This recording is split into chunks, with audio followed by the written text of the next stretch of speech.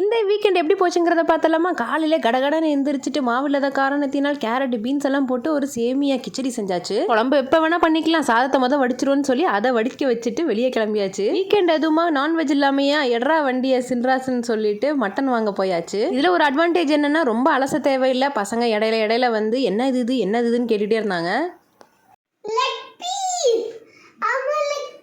Leg உனக்கு தான் அப்படின்னு சொல்லிட்டு நான் இங்கே சமைக்கிறதுக்கு ஸ்டார்ட் பண்ணிட்டேன். இன்றைக்கி மெனு பார்த்தீங்கன்னா மட்டன் கிரேவி அண்ட் மட்டன் குழம்பு தான். உருளைக்கிழங்கு போட்டு தான் மட்டன் குழம்பு வைக்கேன், அல்டிமேட்டாக இருக்கும். இந்த வீடியோவில் நான் ரெசிபி ஷேர் பண்ணல. சப்போஸ் உங்களுக்கு ரெசிபி வேணும்னா கமெண்ட் பண்ண மறந்துடாதீங்க, கண்டிப்பாக உங்களுக்காக நான் போடுவேன். எனக்கு எப்பொழுதுமே வெஜ்ஜை விட நான்வெஜ் தாங்க ஈஸி. அதுவும் மட்டன் வந்து ரொம்பவே ஈஸி, கழுவுற வேலை கூட ஜாஸ்தி கிடையாது. ஒவ்வொரு தடவை மட்டன் எடுக்கும்போது எங்கள் அப்பா சொல்கிற டைலாக் தான் ஞாபகம் வரும். ஆட்டுக்கறி கழுவி கெட்டுச்சான், கோழிக்கறி கழுவாமல் கெட்டுச்சான்னு தான் சொல்லுவாங்க. இது கறி வெந்துட்டு இருக்கும் பொழுதே பாலை ஊற்றி அதுக்கு உர போட்டாச்சு. இந்த வெயிலுக்கு கண்டிப்பாக மோர் தேவை தானே. உங்கள் வீட்டில் ஃப்ரீக்வெண்ட்டாக செய்கிற நான்வெஜ் டிஷ் என்னங்கிறத மறக்காமல் கமெண்ட் பண்ணுங்கள். இப்போ வாங்க என்ன மெனுங்கிறத கடகடான்னு பார்த்துடலாம். வெள்ளரிக்காய் கட் பண்ணி அதில் உப்பு மிளகுத்தூள் போட்டு வச்சுருக்கேன். வடித்த சாதம், ரசம் வச்சுட்டேன் கமன்னு. என்ன தான் தயிர் இருந்தாலும் ரசம் இருந்தால் நல்லாயிருக்கும் நான்வெஜ்ஜுக்கு.